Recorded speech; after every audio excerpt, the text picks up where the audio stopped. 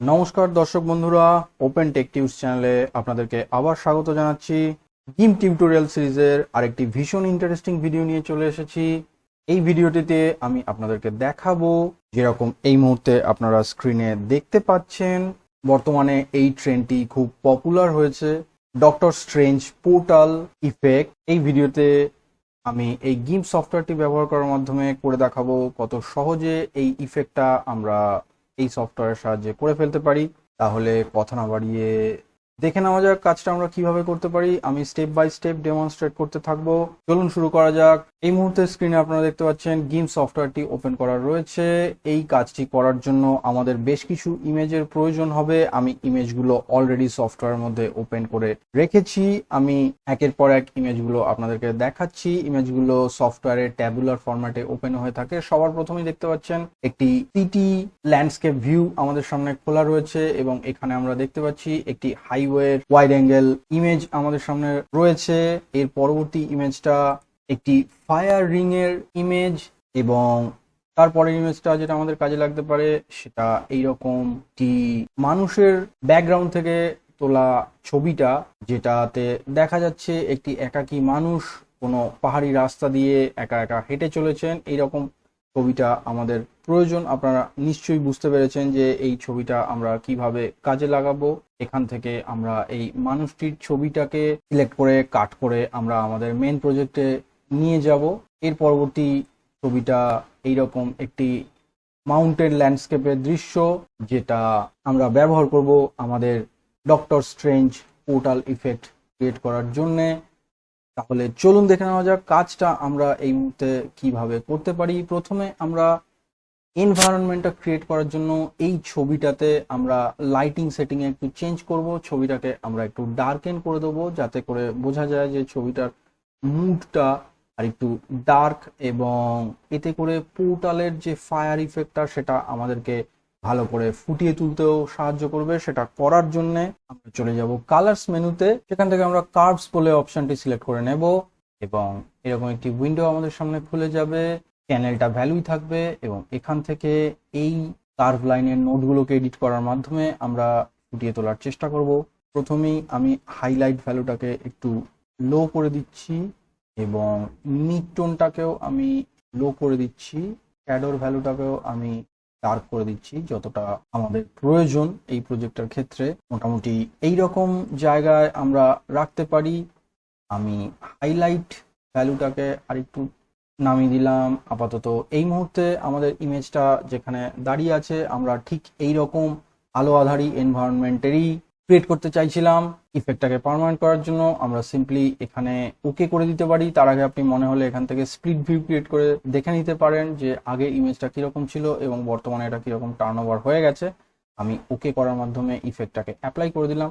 এরপরে আমরা যেটা করব, আমরা আমাদের ফায়ার রিং ইমেজ থেকে ফায়ার রিংটাকে কপি করে আমরা এই প্রজেক্টের ইমেজের মধ্যে নিয়ে আসব। তার জন্য আমরা এই ফায়ার রিং ইমেজটাতে চলে গেলাম এবং ফায়ার রিং ইমেজটাকে আমরা কপি করে নিয়ে যাওয়ার আগে এই ইমেজটার উপরে আমরা কিছু লাইটিং ইফেক্ট অ্যাপ্লাই করব। সেটার জন্য আবার আমরা চলে যাব কালার্স মেনুতে এবং সেখান থেকে নিয়ে নেব লেভেলস বলে অপশনটি এবং এখানেও আমি শ্যাডো ভ্যালুটাকে ডার্ক করে দিচ্ছি এবং হাইলাইটটাকেও আমি বাড়িয়ে নিচ্ছি খানিকটা। এইরকম জায়গায় আমি রেখে দিচ্ছি যেটা আমাদের প্রয়োজন। আমি এখান থেকে ওকে করে দিচ্ছি ইফেক্টটাকে। ইমেজটাকে আমরা একটু ক্রপ করে নেবো, কারণ নিচের দিকে আমরা কিছু আলোর ইন্টেন্সিটি দেখতে পাচ্ছি যেগুলো আমাদের প্রয়োজন নেই। ক্রপ করার জন্য আমি রেক্ট্যাঙ্গেল সিলেক্টটাকে আমরা সিলেক্ট করে নিলাম। এখন আমরা সিম্পলি এন্টার প্রেস করে সিলেকশনটাকে কমপ্লিট করে নেব এবং ইমেজ মেনুতে চলে যাব এবং এখান থেকে নিয়ে নেব ক্রপ টু সিলেকশন। সিলেক্ট অপশনে চলে যাব, সেখান থেকে নান করে দেব এবং পুনরায় সিলেক্ট অপশনে চলে যাব। সেখান থেকে নিয়ে নেব বাই কালার অপশনটি এবং এখানে এই ব্ল্যাক কালারটিকে ক্লিক করব এবং দেখা যাচ্ছে এই ইমেজের মধ্যে ব্ল্যাক পিক্সেলগুলো সিলেক্টেড হয়ে গেছে। আমাদের ব্ল্যাক পিক্সেলগুলো লাগবে না, আমরা এই ফায়ার রিংটা শুধুমাত্র ইউজ করব। আমরা তার জন্য সিলেক্ট মেনুতে চলে যাব, সেখান থেকে করে নেব ইনভার্ট।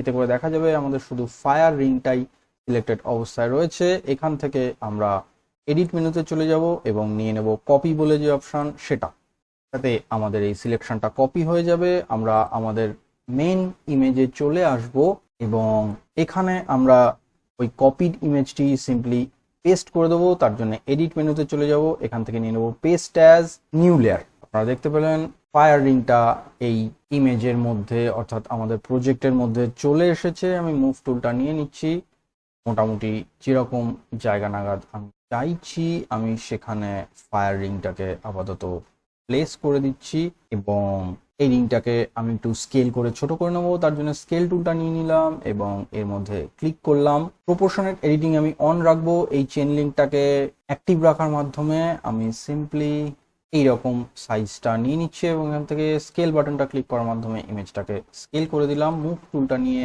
আমি যেরকম জায়গায় বসাতে চাইছি এইরকম।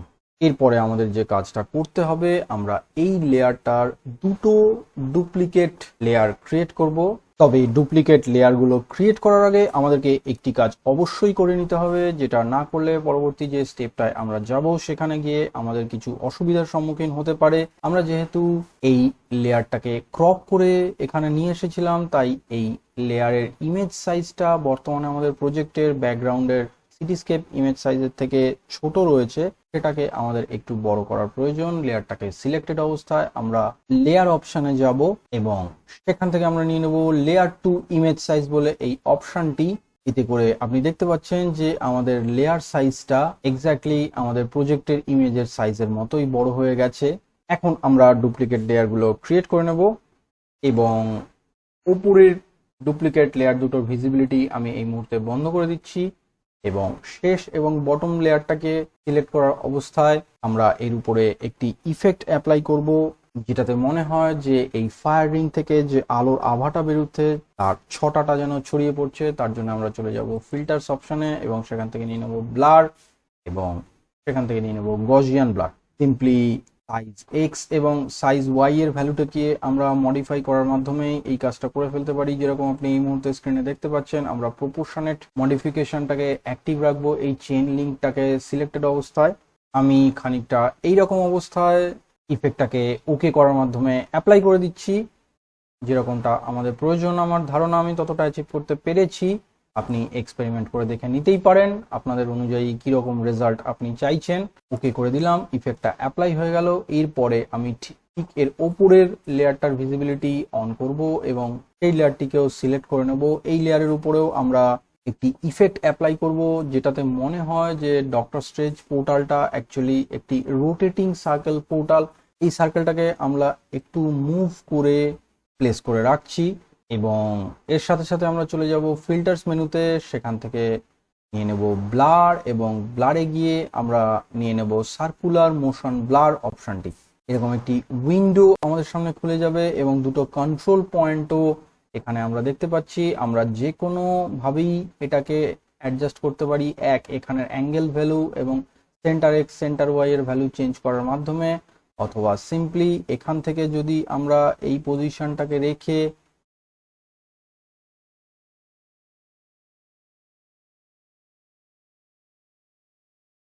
আমরা আউটার মোস্ট কন্ট্রোল পয়েন্টটাকে একটু মুভমেন্ট করার মাধ্যমে অ্যাডজাস্ট করি, তাহলে দেখতে পাচ্ছি যে ফায়ারিং ইমেজটার উপরে ইফেক্টটা কিভাবে অ্যাপ্লাই হচ্ছে। আপনি সিম্পলি এটা অ্যাঙ্গেল ভ্যালুটাকে কন্ট্রোল করে আপনি এইভাবে সামান্য একটু নড়িয়ে অ্যাঙ্গেল ভ্যালুটাকে অ্যাডজাস্ট করার মাধ্যমে এটা আপনারা নিজেরা একটু এক্সপেরিমেন্ট করে দেখে নেবেন। আপনাদের পছন্দ অনুযায়ী আপনারা যেরকম ইফেক্ট চাইছেন ঠিক সেরকম ভাবেও আপনি কাজটা করতেই পারেন। আমি খানিকটা এইরকম জায়গা নাগাদ এসে মাউস বাটনটাকে রিলিজ করে দিচ্ছি, যেরকম ইফেক্টটা আমি চাইছি খানিকটা আমি ফুটিয়ে তুলতে সক্ষম হয়েছি এবং এই উইন্ডোটাকে ওকে করার মাধ্যমে ক্লোজ করে দিচ্ছি ইফেক্টটাকে পার্মানেন্টলি অ্যাপ্লাই করে দেওয়ার জন্যে। এরপরে আমরা চলে আসছি লাস্ট এবং ডুপ্লিকেট লেয়ারটা সিলেক্ট করে নিচ্ছি এবং এর সাথে সাথে ভিজিবিলিটিটাকেও আমরা অ্যাক্টিভ করে দিচ্ছি। এই মুহূর্তে আমাদের টপ মোস্ট ফায়ারিংটাকে একটু স্কেল করে এর পজিশনটাকে সেট করার প্রয়োজন। স্কেল টুলটাকে অ্যাক্টিভেট করে নেব এবং লেয়ারটাকে সিলেক্ট করে নেব। সিম্পলি আমি এইভাবে ব্যাপারটাকে অ্যাডজাস্ট করে নিতেই পারি। ফায়ারিংটাকে আমি আরেকটু ছোটভাবে প্রজেক্ট করতে চাইছি এবং মিডলের এই কন্ট্রোল পয়েন্টটাকে আপনি মুভ করিয়ে যেখানে আপনি প্লেস করাতে চান আপনি সেখানে প্লেস করাতেই পারেন। আমি খানিকটা এইরকম জায়গা নাগাদ প্লেস করে দিচ্ছি এবং স্কেল বাটনটা ক্লিক করার মাধ্যমে ইফেক্টটাকে অ্যাপ্লাই করে দিলাম। এর পরবর্তী কাজটা খুবই সিম্পল। পোর্টালের মধ্যে দিয়ে আমরা যে নেচার ল্যান্ডস্কেপটাকে দেখতে পাবো তার জন্য আমরা এই মাউন্টেন ইমেজটায় চলে যাচ্ছি। এখান থেকে আমরা একটি সার্কুলার সিলেকশন ক্রপ করে নিয়ে আমরা আমাদের প্রজেক্টের মধ্যে নিয়ে যাব। তার জন্য ইলিপ সিলেক্ট টুলটাকে আমরা সিলেক্ট করে নিলাম এবং কিবোর্ডের শিফট বাটনটাকে প্রেস অ্যান্ড হোল্ড করে যদি আপনি ধরে রাখেন তাহলে এই ইলিপ্টিক্যাল সিলেক্ট টুল দিয়ে আপনি এক্স্যাক্টলি পারফেক্ট সার্কুলার সিলেকশন করতে পারবেন, ঠিক যেরকমটা আপনি দেখতে পাচ্ছেন। আপনার যতখানি ইমেজ প্রয়োজন আপনি ততখানি ইমেজকে সিলেক্ট করে নিয়ে এবং যেই পজিশনে আপনি এটাকে প্লেস করতে চাইছেন ঠিক সেরকম পজিশন অনুযায়ী সিলেকশনটাকে এইভাবে মুভ করে আপনি বসিয়েও নিতে পারেন এবং ফাইনালি আপনার সিলেকশনের প্লেসমেন্টটাকে স্যাটিসফ্যাক্টরি মনে হলে আপনি এন্টার কি প্রেস করার মাধ্যমে সিলেকশনটাকে কমপ্লিট করে নিতে পারেন এবং সিম্পলি এডিট মেনুতে গিয়ে এখান থেকে কপি করে ইমেজটাকে নিয়ে নিতে পারেন এবং প্রজেক্ট ইমেজে গিয়ে এখান থেকে edit paste as new layer হিসেবে আমরা এটাকে প্লেস করে দিলাম। এটাকেও আমাদের স্কেল করার প্রয়োজন এবং এই ইমেজটাকে আমরা প্লেস করব ফায়ার রিং এর ইমেজের তলায় এইরকম জায়গা করে এবং আমি স্কেল টুলটা নিয়ে নিলাম। সিম্পলি আমরা স্কেল করে ইমেজটাকে এইরকম জায়গা নাগাদ প্লেস করে দিতে পারি।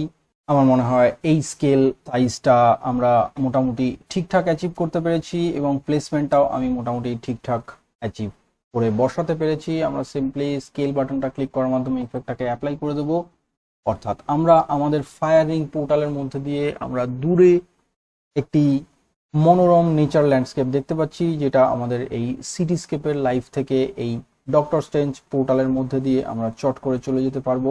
ইমেজটার মধ্যে একটু ভাইব্রেন্সি আনার জন্য ইমেজ লেয়ারটাকে সিলেক্টেড অবস্থায় আমরা চলে যাব কালার্স অপশনে এবং সেখান থেকে নিয়ে নেব স্যাচুরেশন ভ্যালুটাকে আমি একটু বাড়িয়ে দেব অ্যারাউন্ড 1.5 এবং এখান থেকে ওকে করে দেবো এবং কালার্স মেনুতে গিয়ে আমরা নিয়ে নেব লেভেলে গিয়েও আমরা সিম্পলি একটুখানি অ্যাডজাস্ট করে নেব এবং এটাকে ওকে করে দিলাম। ইমেজটা এখন আমাদের যথেষ্ট ভাইব্রেন্ট মনে হচ্ছে। এরপরে আমাদের শেষ কাজ হলো এই ইমেজের মধ্যে ক্যারেক্টারটিকে এনে প্লেস করা। তার জন্য আমরা চলে যাব এই ইমেজে এবং এখানে আমি ফোরগ্রাউন্ড সিলেক্ট টুলটি ব্যবহার করার মাধ্যমে এই ইমেজ থেকে এই ক্যারেক্টারটিকে আমরা সিলেক্ট করব এবং কপি করে আমরা আমাদের প্রজেক্ট উইন্ডোতে নিয়ে যাব। ফোরগ্রাউন্ড সিলেকশন টুলটা কিভাবে ব্যবহার করতে হয় তা নিয়ে আমি এই ভিডিওতে ডিটেলসে যাব না। আমি এই জায়গায় ভিডিওটিকে একটু অ্যাক্সিলারেট করে দিয়ে কাজটা করে নিচ্ছি।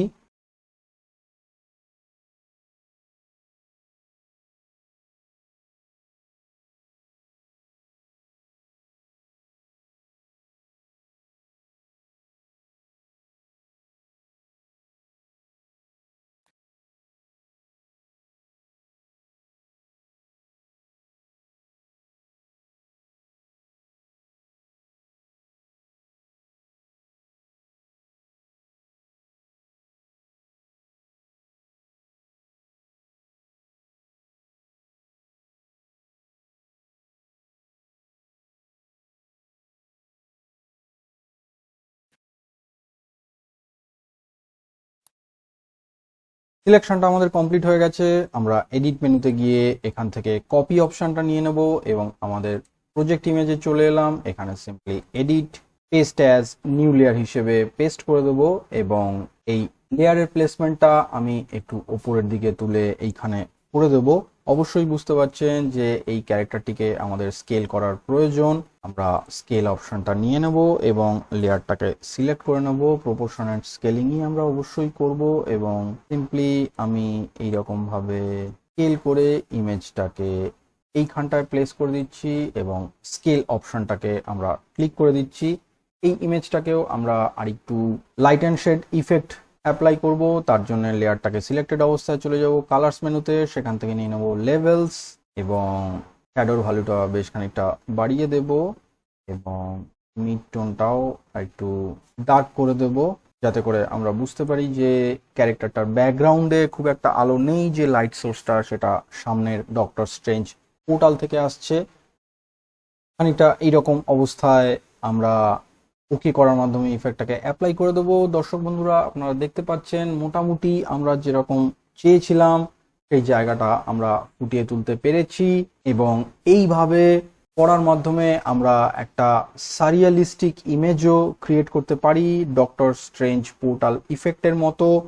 ফাইনালি বলে দিই, কাজটাকে সেভ করার জন্য আমরা চলে যেতে পারি ইমেজ লেয়ারে এবং সেখান থেকে ফ্ল্যাটেন ইমেজ অপশনটা যদি আমরা নিয়ে নিই আমাদের সমস্ত কাজের শেষে, তাহলে আমরা দেখতে পাবো যদি আমরা অপশনটাকে অ্যাক্টিভেট করি আমাদের সমস্ত লেয়ারগুলো কম্বাইন্ড হয়ে গিয়ে একটা সিঙ্গেল ইমেজ লেয়ারে তৈরি হয়ে যাবে। এবং এটাকে আমরা ফাইল মেনুতে গিয়ে এক্সপোর্ট অ্যাজ অপশনে গিয়ে আমরা যেই পাথে সেভ করতে চাই সেখানে সিম্পলি জেপিজি বা পিএনজি ফরম্যাটে সেভ করতে পারি। ফাইল নেম এখানে টাইপ করে দিতে পারি এবং তারপরে এক্সটেনশন ডট জেপিজি বা ডট পিএনজি দিয়ে আমরা যদি এক্সপোর্ট বাটনে ক্লিক করি আপনারা যে পাথে চাইছেন সেই পাথে জেপিজি বা পিএনজি ফরম্যাটের ইমেজটি সেভ হয়ে যাবে। আমি আপাতত ক্যান্সেল করে দিচ্ছি। দর্শক বন্ধুরা, ভিডিওটি ভালো লাগলে লাইক করবেন এবং সাবস্ক্রাইব করার মাধ্যমে চ্যানেলটিকে ফলো করতে থাকুন। আমি এই রকমের ইমেজ এডিটিং এর উপর এবং এই গিম্প সফটওয়্যারের উপর আরো ইন্টারেস্টিং ভিডিও আপনাদের সামনে নিয়ে আসতে থাকবো, যাতে করে এই সফটওয়্যারটা ব্যবহার করার মাধ্যমে আপনারাও অসাধারণ ক্রিয়েটিভ ওয়ার্ক করে উঠতে পারেন। তার পদ্ধতিগুলো আমি আপনাদেরকে দেখিয়ে দিতে থাকবো। তাহলে এই ভিডিওটা এখানেই শেষ করছি, কথা না বাড়িয়ে দর্শক বন্ধুদের থেকে বিদায় চেয়ে নিচ্ছি। নমস্কার।